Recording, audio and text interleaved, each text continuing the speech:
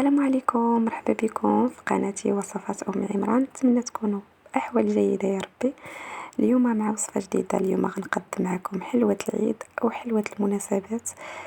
كتجي رائعة وفتية وكتجي بنينة المذاق وسهلة التحضير. بقاو معايا تشوفوا المكونات اللي غنحتاج.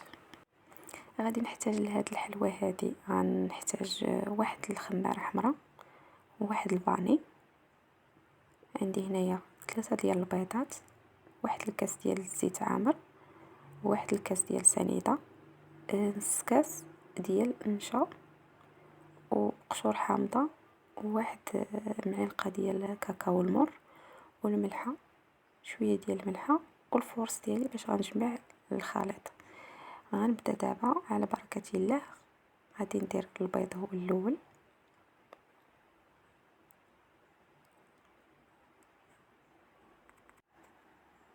بعد ما كملت البيض غادي نزيد واحد قريصه ديال الملحه، وغادي نزيد كاس ديال سنيده، وغنمزج الخليط ديالي مزيان.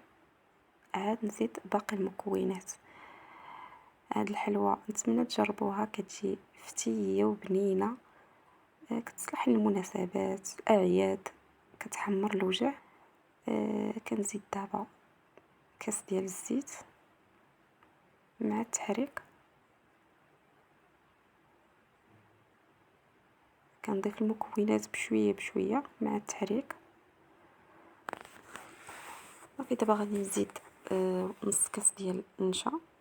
النشا كيخلي دائما الحلوه ديالنا تكون بنينه وفتيه من الداخل. وغادي نزيد واحد الفاني ونخلط المكونات ديالي.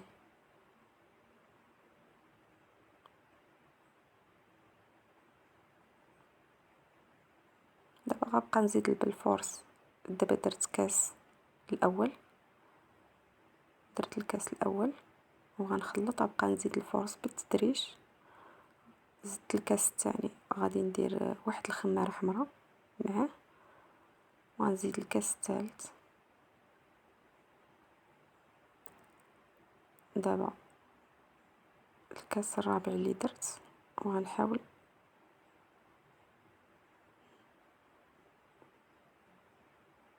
نجمع وبقى نزيد الفورس دابا غير بالتدريج باش ما تجيناش الحلوه ديالنا قاصحه والعجينه تكون قاصحه.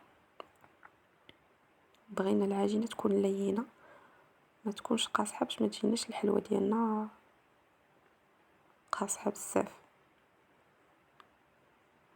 صافي غنبقى نزيد بالفورس بشويه بشويه بالتدريج حتى تجمع ليا العجين ديالي ونحصل على القوام اللي بغيت. انا بغيتها تكون لينه. دابا تجمعات ليا العجين ديالي كما كتشوفوا، بقى رطبه. هذا هو القوام اللي بغيت. دابا غنحاول نقسمها على جوج، وغنحتفظ بالنصف. النصف الاخر النصف غندير فيه قشور ديال الحامض او الليمون، والاخرى غادي ندير فيها معلقه ديال الكاكاو. نحتفظ بالاولى غادي ندير فيها قشور الحامض. قشور الحامض اللي عنده الليمون يحك حتى الليمون ويديرو، واللي كيعجبو الحامض يديرو اللي متوفر عندكم. غادي ندير دابا معلقه ديال الكاكاو ونحاول نجمع هذيك المعلقه ونمزج هذاك الخليط مزيان باش تدخل ليا في داك العجينه ديالي مزيان. صافي غنستمر في الدلك ديال العجينه ديالي الاولى، وغنجيب حتى العجينه الاخرى كذلك غادي ندير فيها السيترون قشور الحامض وندلكها حتى هي مزيان. وبقاو معايا.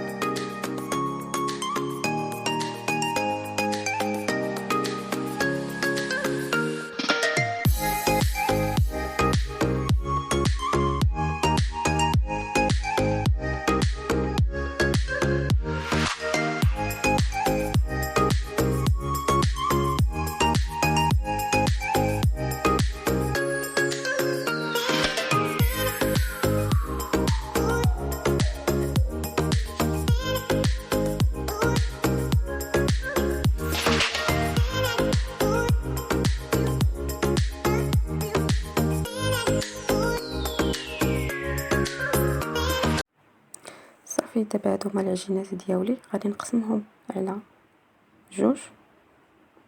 غنحتفظ بالعجينة الثانية، والاخرى كذلك غادي نقسمها على جوج ونحتفظ بالثانية. وغنبدا دابا على بركة الله غنبدا ندلك العجين ديالي الاولى واحد البلاستيكة غذائية او ورق الطبخ. نحاول ندلكها دابا مزيان، غادي ندلكها مزيان حيت باقا غتنفخ ليا. نحاول تكون رقيقة حيت فيها الخميرة، غادي تنفخ ليا شوية باش يجي السمك ديالها هو هذاك. غنستمر دابا في الدلك ديالها، ملي غنسالي غنجيب الاخرى ندلكها في بلاستيكة غذائية اولا ورق الطبخ اللي متوفر عندكم في المنزل ديالكم.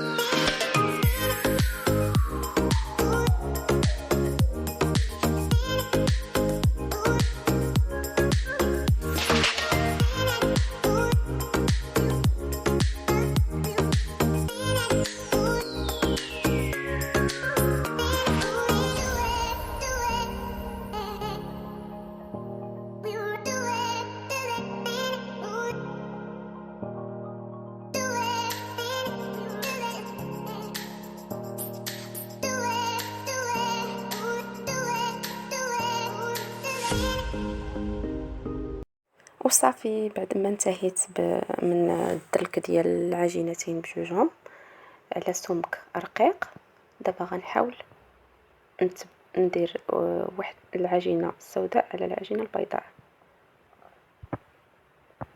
ونحاول نثبتهم بالمدلك ديالي. نحاول نثبتهم مزيان باش يتلاصقوا هذوك العجينتين، وكنقادهم شويه. صافي من بعد عاد غنحيد هذيك البلاستيكه ديالي ونحاول نقلب على العرض ديال العجينه. ودابا غنبقى نطويها بشويه بشويه حيت العجينه ديالنا رطبه، خاصك تعاملي معها غير بشويه. ونحاول نديرها على شكل حرابل، نحاول ندير غير هاد العجينه غدير ليا جوج ديال الحرابل. صافي ونقطع بالسكين ديالي.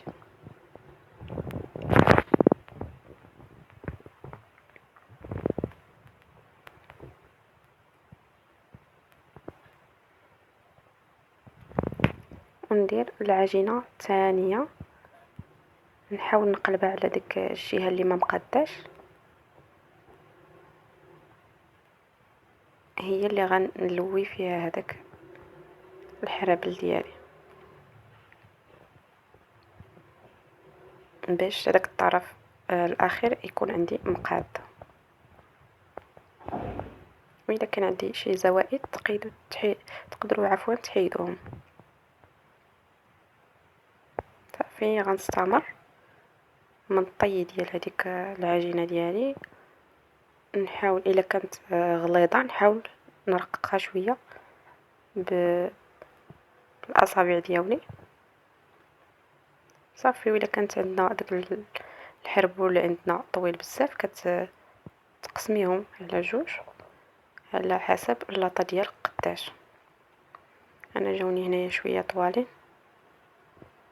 غنحاول نقسمهم على جوج باش يكفاو ليا اللاطه ديالي.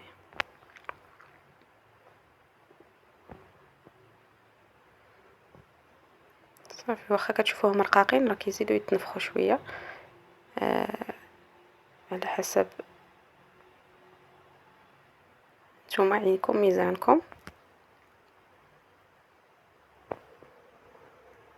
دابا غندوز للعجينه الاخرى وغنستمر بنفس الشيء.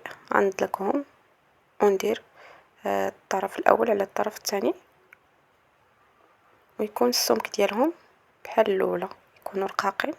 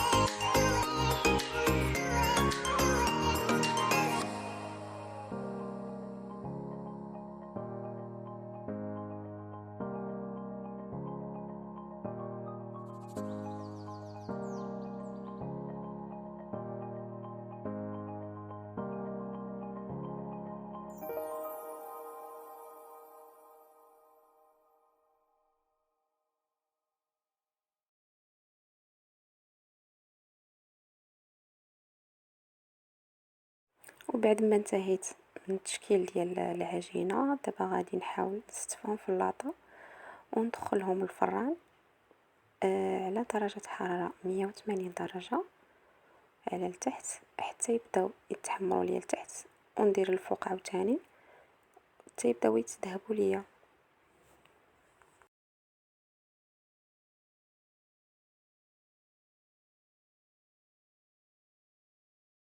بعد ما خليت العجينه طيب في الفران، دابا غادي نصب الشوكولا ديالي. غادي نديرو في حمام مريم، غنحاول نديرو في نار مهيله غير يبدا يذوب ليا. نطفي على البوطه، يكفي انه يذوب في داك الفوار ديال الماء.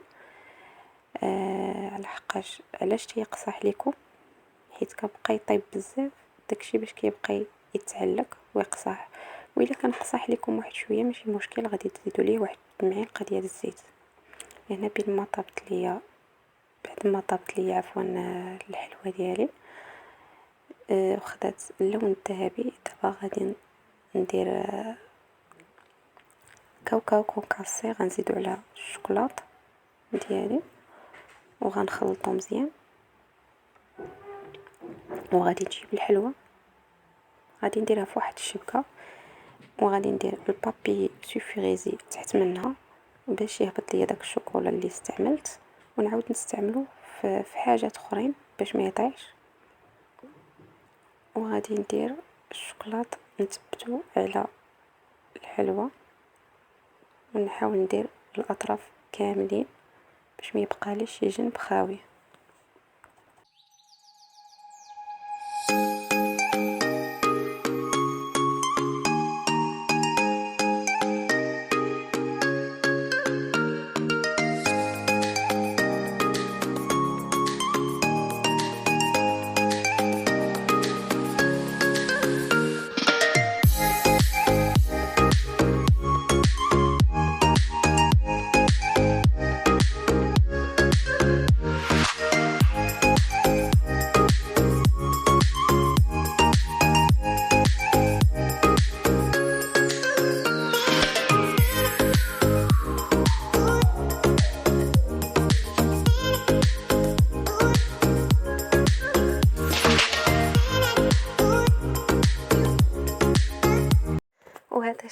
الشكل النهائي ديال الحلوى ديالي جات رائعة، نتمنى تجربوها.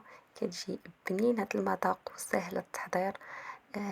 نتمنى تجربوها، ومكونات اللي بساطين. الى عجبكم هذا الفيديو نتمنى ديروا لي لايك وسبسكرايب وبارطاجي مع لي زامي ديالكم.